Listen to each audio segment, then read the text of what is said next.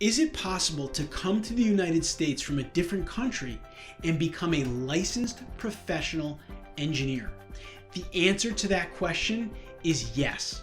My guest for today, Nabil Newton Khatib, just 10 years ago was living in Jordan and didn't speak one word of English. And today, he lives here in the US. He has a bachelor's and master's degree in engineering. He is a licensed professional engineer and will soon have a PhD in civil engineering. And in this video, Nabil is going to share his journey with you.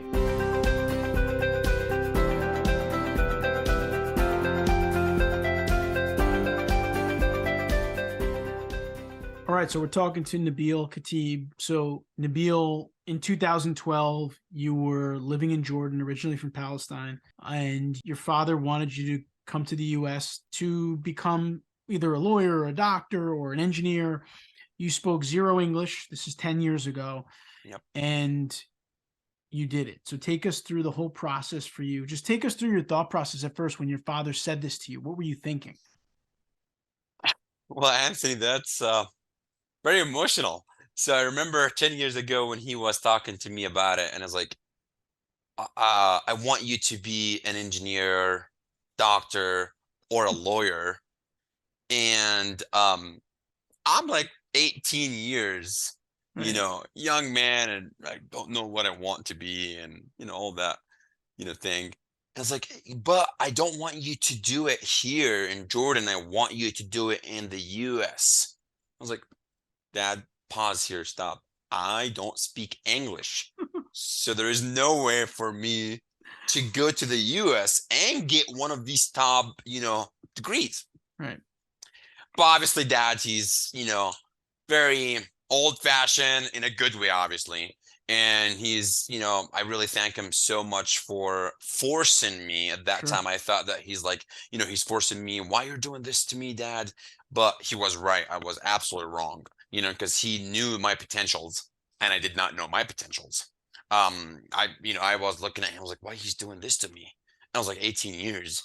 And then when I came here to the US, and I was like, every time I remember walking from a station to, my parents' house at that time, and I'm just basically, pardon my French, swearing why I'm here. And, I need someone to talk to me in Arabic so I can talk.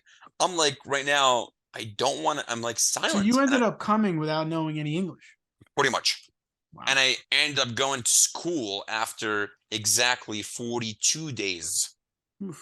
Engineering Yep. school, no less. Engineering school. Yep. Civil engineering major. Yeah, that was So tell me how you did this. So you started taking school, and I guess at the same time you were taking lessons in English and learning at the same time that you were kind of learning engineering? not really. Mm-mm. So what I did, I basically just went to school, and I, I'm a very amiable, gregarious person. I like to be just, with people and friendly, and I just like to make connections. And since then, I really said to myself, I said, there is two options here for me. Either go back Jordan or just be very tough and go merge with the community.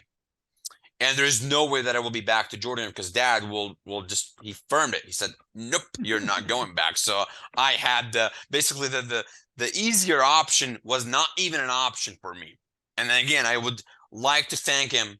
Thank you so much for forcing me. And I thought that you're doing this to me because you were like mean or something, but you were the nicest person ever to me, since you forced me to do this and be outside of the bubble and accomplish what you thought that I will be able to accomplish nowadays. Well, he believed in you, obviously, because, if you're going to push your kid to go to another country when they don't know the language and to take on an education like engineering, which is very difficult and complex, he obviously knew that you had the capabilities of doing that. And I guess the one question I would have for you is, I would imagine that there was many difficult times in the beginning of that transition, right?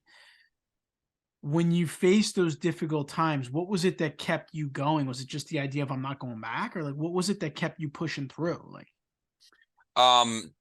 honestly, one of the main, reasons or things that I keep telling myself, I'm not going back. I need to be realistic.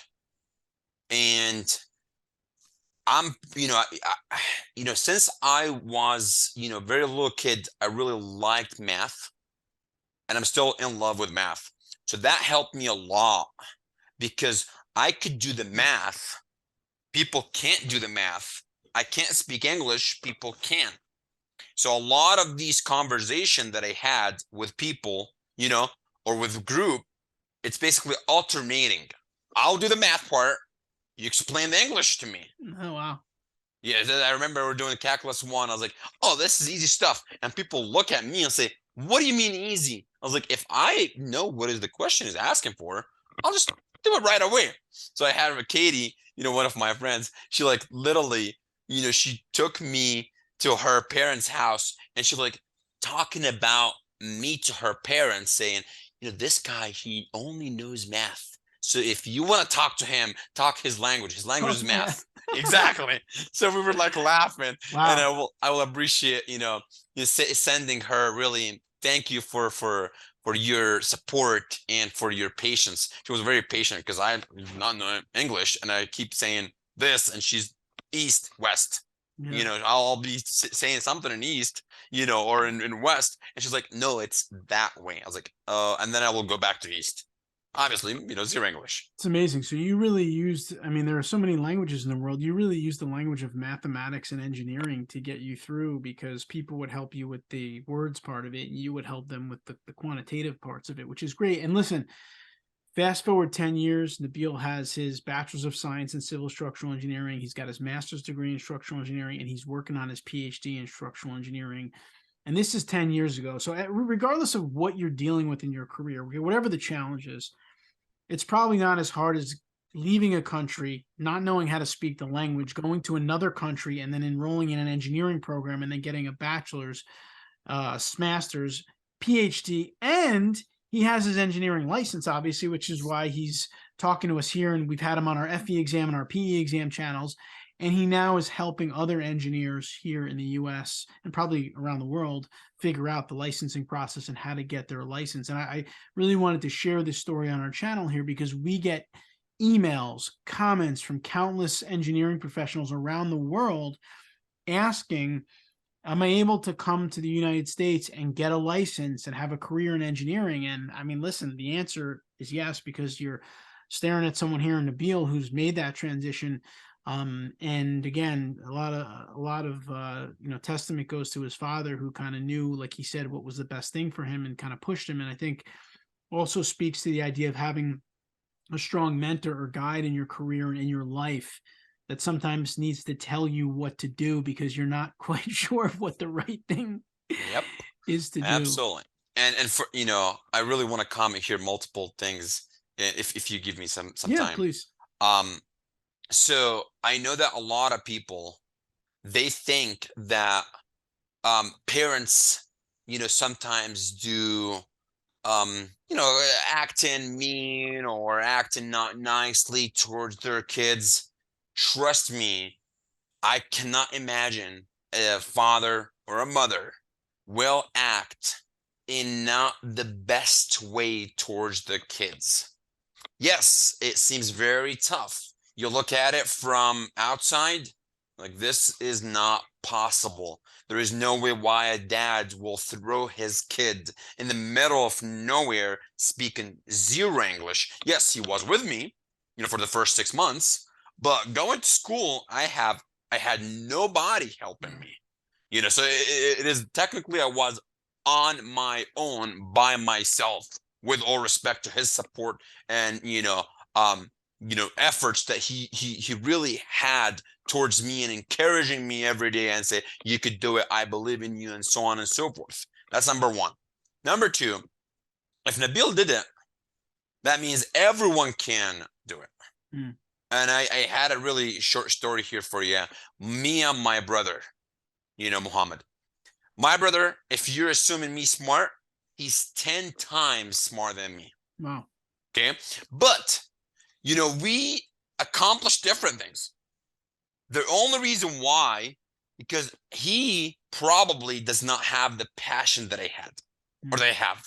So I have the passion. So no matter how the summary from this story, no matter how smart you are, you won't be able to accomplish your goals without passion and love and ambition.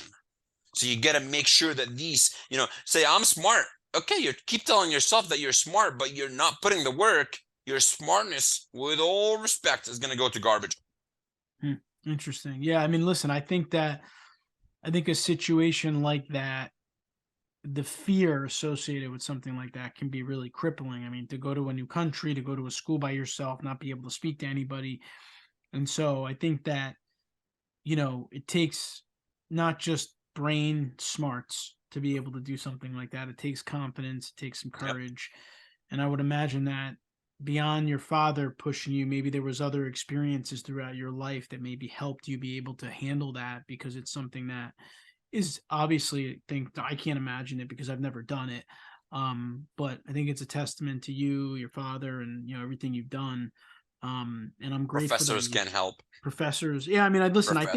I think in your life and in your career, you got to find mentors. I Oh yeah. mean, regardless of the situation you're in. We talked about this when we had Nabil on our FE and PE exam channels, and some of the mentors in college that helped him with his exams, and recommended that he take the FE exam early on in his career and things of that nature.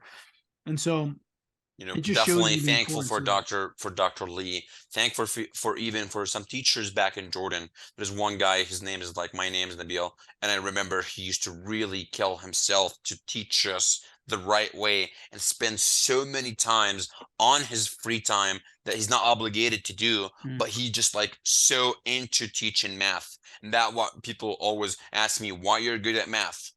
Because number one, I really had pleasure and I had the great opportunity to meet someone who explains math well. Two, I put in the work. So sometimes mentors can really impact your life so heavily. For sure. Well, Nabil, listen, I want to thank you for spending some time with us here. Your story is very inspirational. I'm just happy that you've been able to share it here with us. And I'm sure we'll have you back on again in the future at some time. I'm sure you got a lot of other stories you could share with us. Absolutely. It was my pleasure, Anthony. Thanks, Appreciate the Nabil. time. Not a problem. I hope you enjoyed that very inspiring conversation with Nabil. What he did is amazing, and it just shows that others can do what he did, but also you can really do anything in your career as an engineer if you really put your mind to it. Now, I hope you consider subscribing to our YouTube channel here, because we will put out videos like this on a weekly basis to help engineers become better managers and leaders and do whatever they want to do in their careers. I'll see you next week.